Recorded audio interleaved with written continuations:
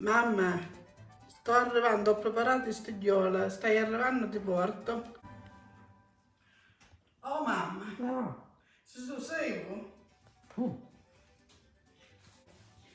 Compare Mario, mi rette i vorrei di male e io gli feci le rosteve e ci buttavo sia ore e saggia.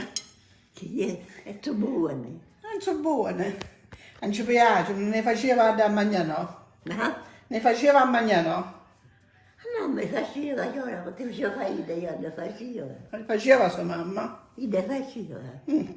Buone faceva, buone. Io mi mangiavo. I saggi per come sono, se ci piacciono. Cos'è così?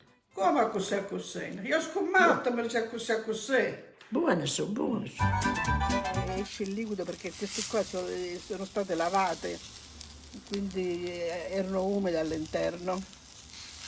E un pochino di grasso poi ce l'hanno pure, quindi il grasso che infatti vedete che c'è il fuoco, non è che si spegne il fuoco, c'è fumo perché praticamente le budelle sono hanno un pochino di grasso, ecco perché sono buone pure, perché il grasso porta dolcezza e quindi cola nella brace e fa fare il fumo. Tutto il vicinato sente questo buon odore e quindi poi mi chiedono: ma che cosa state facendo? State arrostendo carne? Che cos'era?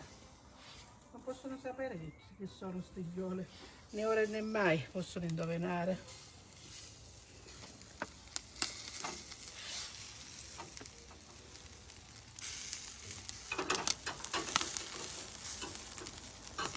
Sono tanti i commenti che stanno arrivando.